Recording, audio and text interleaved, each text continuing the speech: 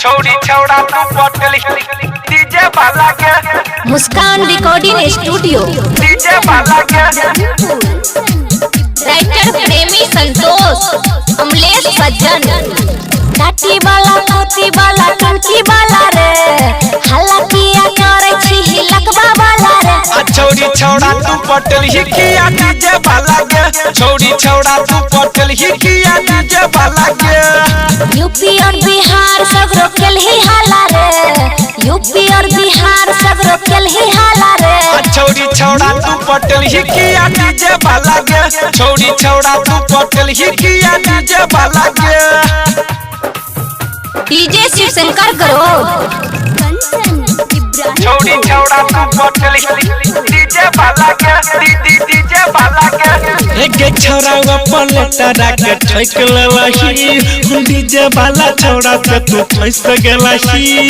DJ वाला छौड़ा से तू फंस गेलही एक छौड़ा पलटरा के ठोक लेलही आ डीजे वाला छौड़ा से तू फंस गेलही गामे गामे टोला टोला केला हल्ला रे गामे टोला टोला केला हल्ला रे छोड़ी छौड़ा तू पटल किया डीजे वाला के छोड़ी छौड़ा तू पटल किया डीजे वाला के मुस्कान रिकॉर्डिंग स्टूडियो छोड़ी छौड़ा तू पटल डीजे वाला के डीजे वाला के पकड़ाई गेलही तू काला भोर भोर टोला मोहल्ला में मच गेल शोर टोला मोहल्ला में मच गेल शोर एक पकड़ाई गेलही तू काला भोर भोर टोला मोहल्ला में मच गेल शोर